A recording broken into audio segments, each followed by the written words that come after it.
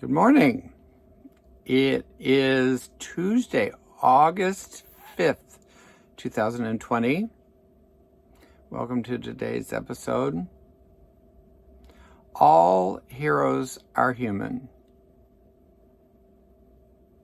I was having a wonderful conversation with a friend of mine yesterday morning, and we were talking about a number of topics. Certainly, we're talking about what's going on the planet. Particularly here in the United States. The general consensus is that we're screwed. And that's, of course, the consensus that I have come to. And we had a conversation a little while back about Jung and about how Jung from 1913 until 1916 went to the dark side. I've talked about this before, and essentially his work is the result of going so deep into the abyss of his soul that he was able to come up with some pretty wonderful stuff. Now, Jung is very complicated. Jung is hard to read. I have read very little about him, what little I do know, though, is that he is of major influence to particularly the Western psyche. He is of major influence. And he also did an interview back in 1960, which was a couple of years, I believe, before he passed away. And it was not a good interview in terms of his outlook for humanity and the planet. In fact, quite frankly, he felt that it would probably be pretty much done within the next 50 years. He was very, very concerned that we would not pull out of the track that we were on. And of course, now that's 60 years ago. And it certainly does feel as if we are on a track that we are not going to be able to pull out of.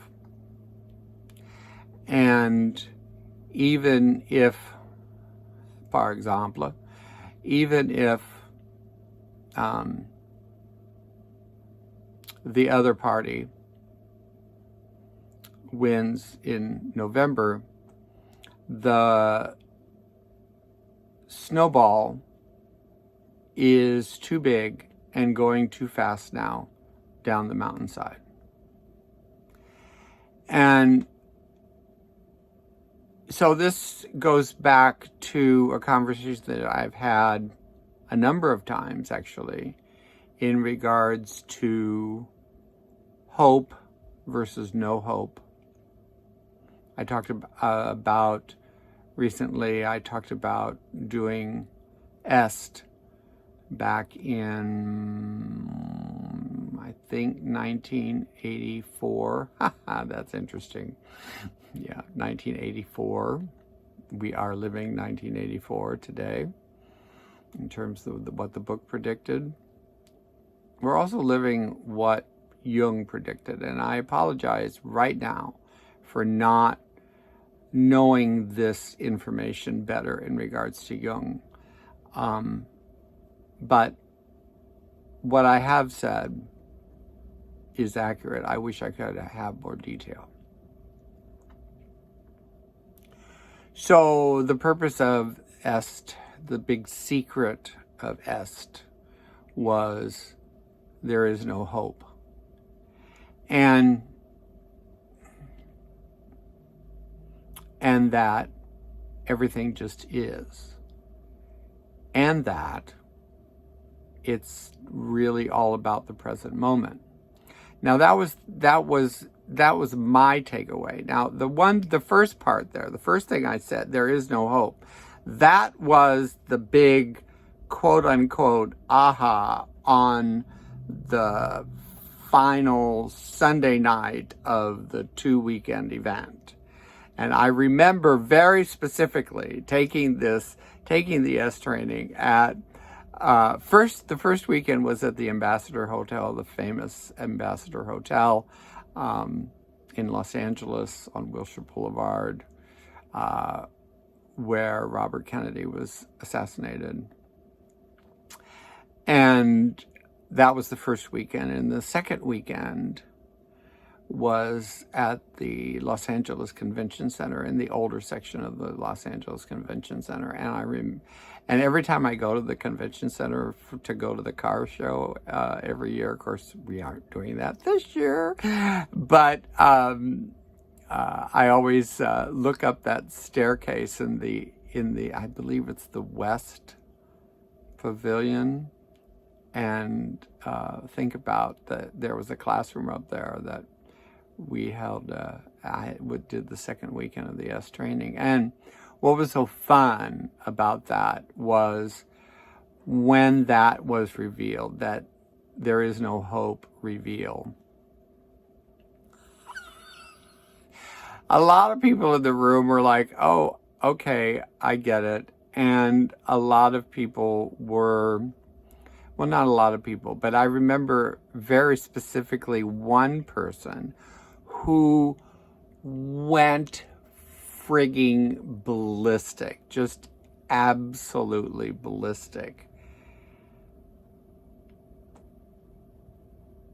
And I was like, oh, okay, yeah, whatever. Unfortunately, I got caught up a lot into the minutia and the bad parts of Werner's teachings, which were not cool in any way, shape, or form. So, all heroes are human. I've completely lost my train of thought.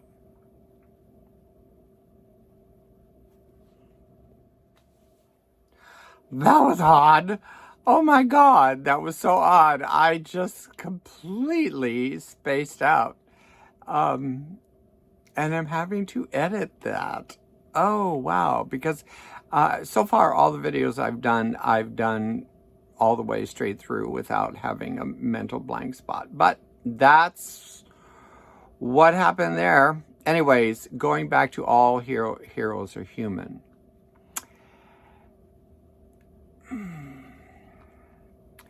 So the whole reason I went down the rabbit hole of Werner Erhard was simply to demonstrate that all heroes are human. And people really made him a hero. And to the detriment, I think, of people.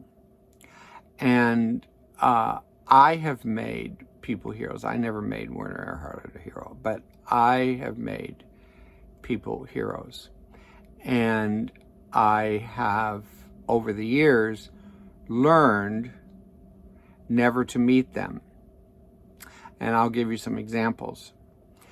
2.5 years ago, I did a wonderful, absolutely wonderful 3-day weekend event with a transformational person who I really do admire and think that this person has done a really powerful and magnificent job and a good take on transformation in a way that I don't see from other people. And all that's very nice.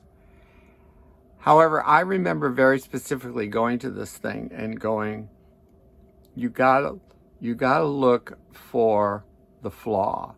You've got to look for the flaw. And I did, and I found it. And yet I still had a marvelous time, but he wasn't a hero. I didn't make him a hero. In fact, I haven't deleted him from, I haven't unsubscribed, but I delete everything he says. I don't read it. But that doesn't take away the fact that I had a pretty powerful weekend. And the same was true with taking the S training. For all its flaws and for all the fallout, it was a significant event for me, and it was a very turning point in my life. And I'm very, very clear that had I not done that, even with all the fallout involved, then I probably may not even be alive today. Now, here's another couple of examples, and these are real fast. I adore Frank Lloyd Wright. I think his work is incredible, and I support his work. I belong to all of the societies that have sprung up about preserving his work.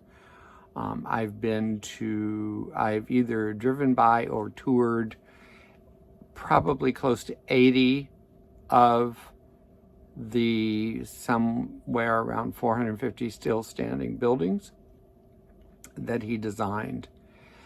But I don't want to meet my hero.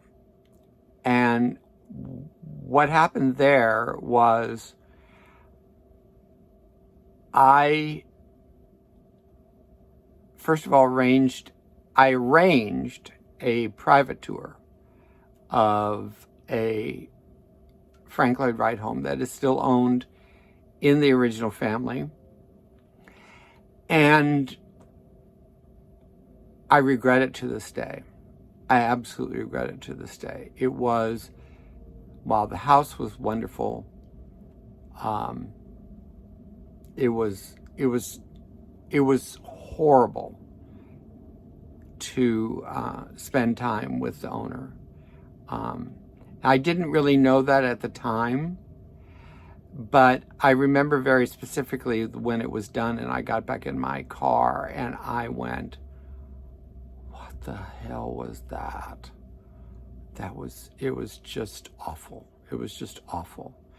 And the next one, which actually was better, was I happened to be standing out in front or out in back of a Frank Lloyd Wright house, and in the alley, and some guy pulled up and parked, and I wasn't even on the property. And he said hello, and I said, yeah, I'm just admiring this house here. And he said, well, it's my house. Would you like a tour? And I said, sure. So I went and grabbed my mother, and we took a tour of the house. And that was a more pleasant experience. But I also could have done without it. And that's that I met heroes. I met people that own Frank Lloyd Wright homes, and it's probably best that I don't meet people who own Frank Lloyd Wright homes. So let's talk about real superheroes.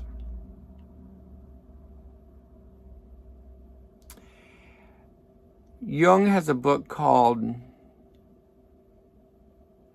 Answer to Job. And that book is in my cart. That book is in my cart. And I've been very reticent about ordering that book. The premise of the book is that Job, and trust me, I am not a biblical scholar in any way, shape, or form. I have never studied the Bible. I have no interest in studying the Bible, but I do enjoy certain things out of it. I will quote the Bible on a couple of occasions. My favorite being, "Be still and know that I am God," which I actually talk about on a daily basis with myself. However, here we go. So Job challenges God, and we get to find out that the God that we know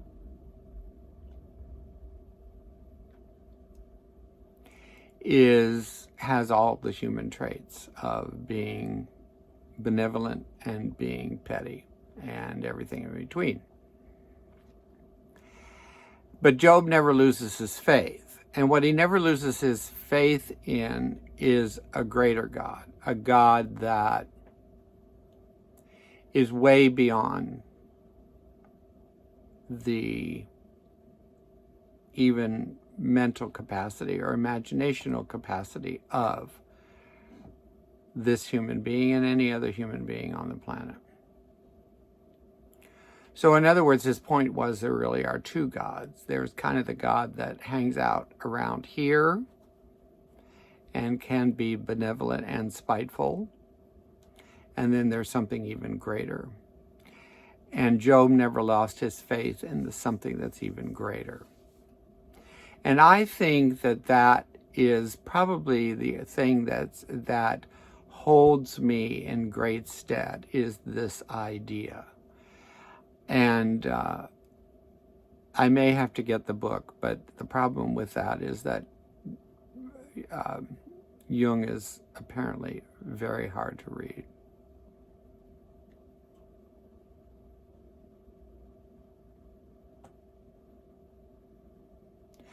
But it makes a lot of sense because the God that's going on here doesn't seem to be doing a very good job.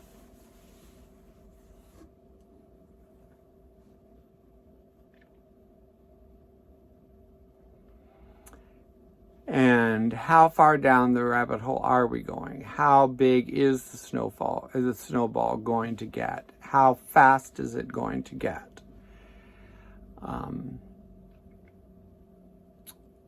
Answer to Job was one of Jung's final books. It was so sacrilegious that he, in order to get it printed, he actually had to change a couple of things, and it was very distraught for him to do so. But it was not well received, which means it probably was really spot on. if it was challenging the status quo.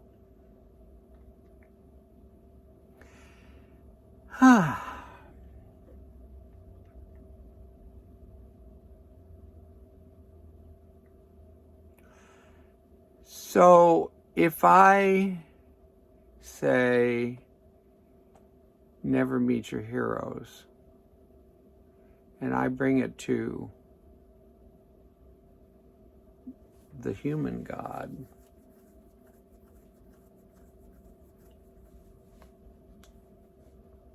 maybe I don't want to meet that hero. Maybe I'll play, however, not have expectations.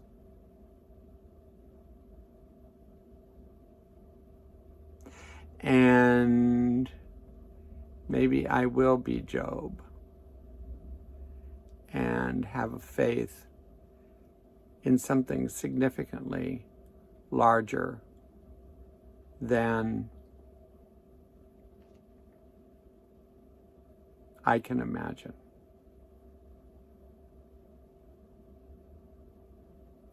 This goes back to another episode that I did just recently about questioning God. And I am questioning God right now. And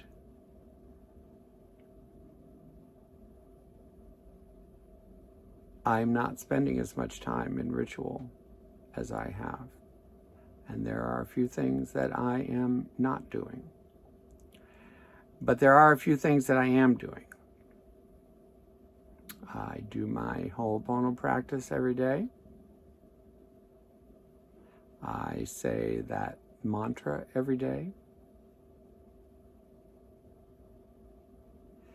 And I have not lost faith. And at the same time, I have no expectations that we will get out of this, that we will get out of the current mess that this country and the world is in. I have no expectations of that. I don't have any expectations of it, even if the tides swing the other direction in November. I don't. And I've had to be okay with that. And I'm not necessarily okay with that still. But I work on it. And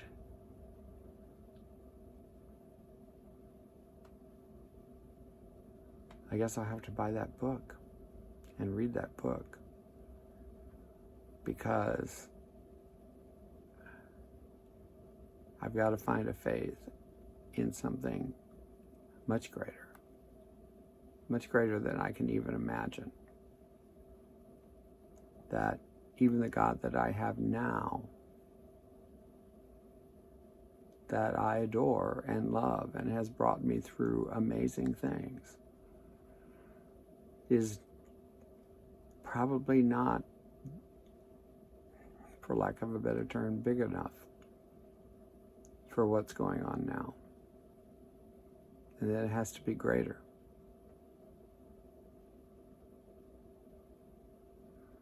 It has to be greater.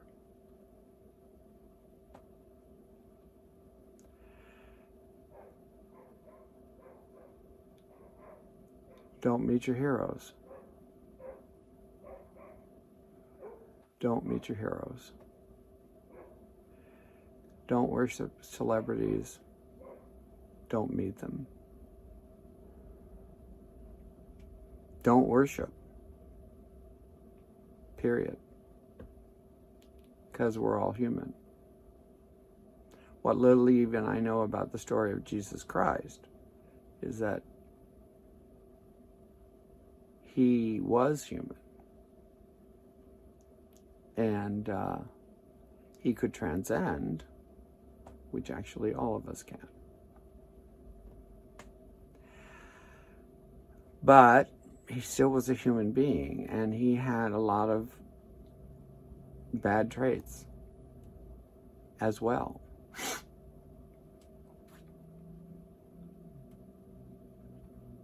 So don't meet your heroes. Don't meet owners of Frank Lloyd Wright homes. Don't worship anything. Have no expectations. And all of that is easier said than done. Just throwing it out there. Throwing it out there. Because this is where we're at right now. Or certainly where I am at. Of the heroes. And I think that I'm going to finish with this. For some time now, I have gotten really sick and tired of white people as a general in a general context. Not individually, but certainly in the general context.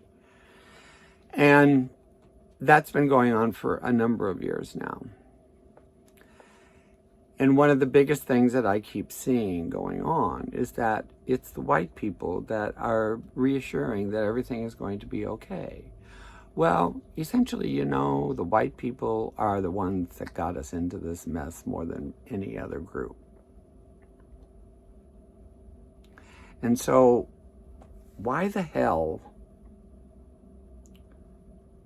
should I believe the white people? Why should I believe them? They're the ones that got us into this. For the most part, if you look at American history,